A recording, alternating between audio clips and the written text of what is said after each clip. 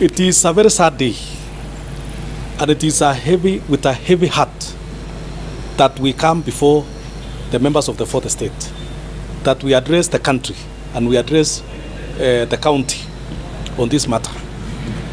Personally, I didn't imagine in my life that I will be back in these trenches to address the media in the presidency of William Ruto on banditry. I didn't imagine at all that after the struggle that we went through to deliver the presidency of William Ruto, we will be back in these trenches crying because of the same banditry. We have appeared before you, before the president of this country, and we have explained to him the situation here in the ground. We have explained to Kindiki, but it's with a heavy heart that we are now forced to go back to the streets, to go back to the trenches, and speak on behalf of our people. What is happening is a classic case of sabotage. And we want the president of this country to listen, and those around the president to actually engage him. Your Excellency, you are being sabotaged. There's no operation happening in North Rift. What is happening is PR and a classic case of a coleslaw. No operation. If anybody is reporting any operation, there's no operation at all. And according to our statement, we have confirmed to you that we actually believe that bandits are aware of this coleslaw. We even believe there are elements in the security system who are cooperating with the bandits. There's no way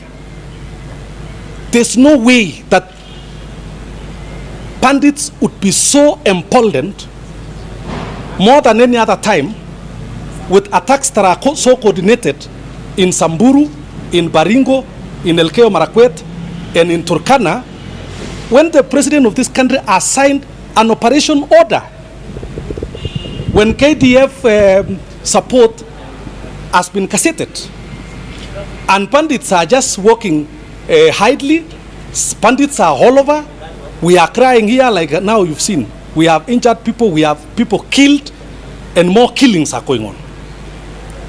So this is a classic case of sabotage. And we believe that there's a scheme to sabotage the presidency of William Ruto and paint William Ruto as incompetent, paint this government as incompetent, and in the process, set up the communities in the North Rift against the president. We are increasingly being pushed to begin to engage the president. And that is the intention of the saboteurs. And that is why in our statement, and we are beginning this engagement properly, we will not be silent when our people are being killed. We will not be silent when our people are being butchered. We have said, and we want to make this from the presence of the County Assembly of Baringo. We have said that we want the President of the Republic of Kenya to take charge of the operation. Let him come out personally. Kindiki is all over the place, but nothing is moving. Kindiki is clearly being sabotaged. IG has never been to these areas. In fact, by giving police officers autonomy to control their own money, it looks like we shoot ourselves in the foot, because we now have a system that does not listen to the cabinet secretary and engage at all in all this. So we have said we want the president to take charge. We want to plead with you, Your Excellency, calm down and listen to your people and save your people and save this particular area of North Rift and take charge of the operations personally. Take charge of everything that is happening. In fact, if you were to ask me, you need to reflect and get proper advice on exactly what is happening, on exactly the saboteurs that are doing this. Maybe you may need to do a reshuffle all the way from downwards, all the downwards operation commanders that are there and all that, and have a system that will actually respect what you are doing. Otherwise, it will not make sense that because where else that a president of a country can give a command ahead of state and nothing is going on. That the reports we are given is that KDF was injured, or a chief was killed in Samburu. Every day we are having people killed here. I mean, there's a classic case of sabotage here. So that is our item number one. Number two, we have said, why have the NPR for Baringo delayed? Why is the NPR for Samburu, Elgeyo Marakwet, and other places already given out? Why is the one for Baringo delayed? Is somebody trying to punish Baringo because of the stand we took in supporting the president? Is somebody in the office of the IG and the security agencies around here trying to set us up against the president so that there's a cause law against Baringo because of the position that we have always taken when it comes to supporting this presidency? So that we are being pushed to get angry at the president by elements of saboteurs within the system. That is part of the sabotage we were talking about. The last item that we have pleaded is KDF appears to have their hands tied, appears not to have the right command. The KDF we are seeing here is not the KDF we know. And instead of having KDF waste money in moving around in uniforms and all that and doing nothing, let us take a petition. Let the National Security Council in law, mandated in law, take the petition to the National Assembly to have the KDF approved so that KDF can be able to run the operation properly. That is what we are pleading. Otherwise, there's no need of having KDF here. If we do not have the parliamentary approval and we do not have a proper command, then there's absolutely no need of wasting taxpayers' money to have KDF here and they are doing nothing. You know, it's better that we either enable them to function or we actually retreat them back to the gallery.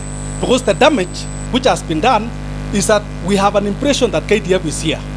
Then the police officers that were active previously have gone on a course law so that we have a supremacy battle, we have a confusion, there's a natural battle, I don't know, between KDF and police officers. In fact, from the moment KDF set in here, the situation has gone out of hand in what we believe is a supremacy battle and lack of coordination. So instead of wasting taxpayers' money and having KDF move around here in cars and waste taxpayers' money, let us approve them through the normal parliamentary process. Or we recall them back to the gallery, we recall them back to the barracks. Then we have the police officers do the work. Because then we are having this confusion in the process, we are having many people killed. So this is one of our first statements. We reached this position with a heavy heart.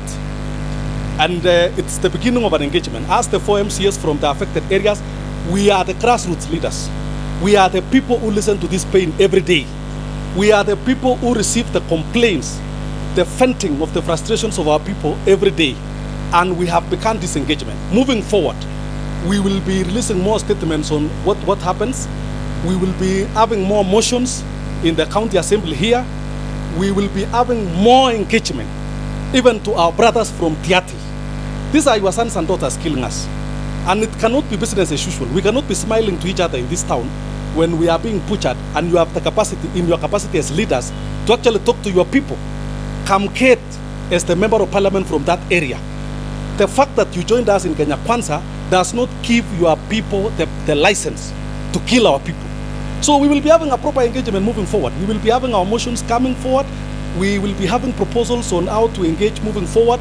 And if push comes to shove, we will have demonstrations, we will have public engagements, we will have petitions, and at one point we will be forced to consider whether this country has the capacity to engage banditry, or we escalate it to the United Nations or African Union or other agencies that are able to supplement what the government is doing. We didn't imagine that we will go that extent. We didn't imagine for at all times that under the presidency of William Ruto, we would be back in these streets. Baringo occupies a central place, a central role in delivering the presidency of William Ruto. And it would not have occurred to any of us that we will still be here crying. We have cried in many governments. The only time we had a proper operation was under the presidency of Daniel Moi. We have cried under Kenyatta. We have cried under this other Kenyatta that left, and Kibaki. It would be shameless, it would be shameful that under the presidency of a man we died for, our people rallied for, we will be back on the streets crying. But that is what we are being forced. And that's why we are telling you, Your Excellency, you are being supported and your community is being set up against you. Please wake up and smell the coffee. You have the mandate, you were given the mandate, you were given the sword. And a time has come for us to begin to talk to each other properly. You know, so that we don't give too much attention to the demonstrations of Raila ODINGA, you know, the masquerading in Nairobi, when we have a much more bigger problem here at home. So this is the beginning of an engagement. We will have more engagements. We will voice our voices, and the struggle has begun. Thank you.